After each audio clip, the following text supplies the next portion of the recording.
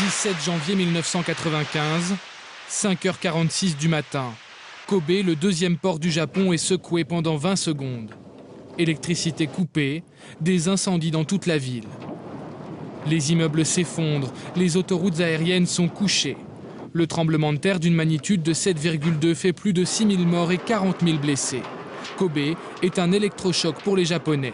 Le séisme de 1995 coïncide avec l'apparition de nouvelles techniques. À partir de cette date, les architectes utilisent des systèmes de plus en plus sophistiqués. Les immeubles sont construits sur des centaines de vérins.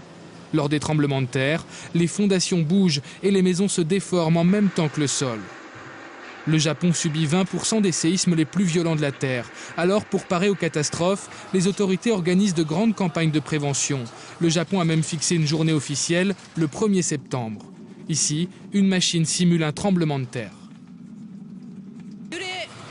Je ne me sentais pas bien. Chaque fois qu'il y a un petit tremblement de terre ici, ça me replonge dans l'atmosphère de Kobe. Je m'en souviens parfaitement. Les entreprises, les écoles organisent régulièrement des exercices.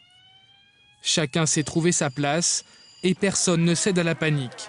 Les secours s'entraînent régulièrement. Le plus important dans une catastrophe naturelle, c'est la communication.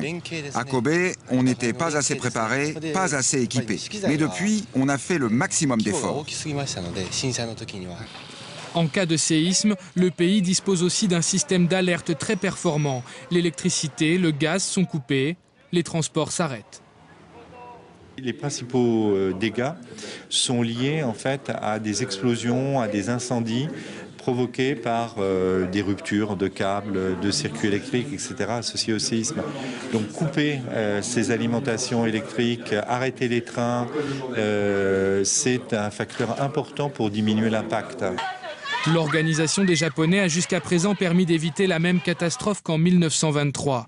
Le séisme de Kanto, dans la région de Tokyo, le plus puissant du XXe siècle, avait fait 140 000 morts et rasé les 3/4 de la capitale.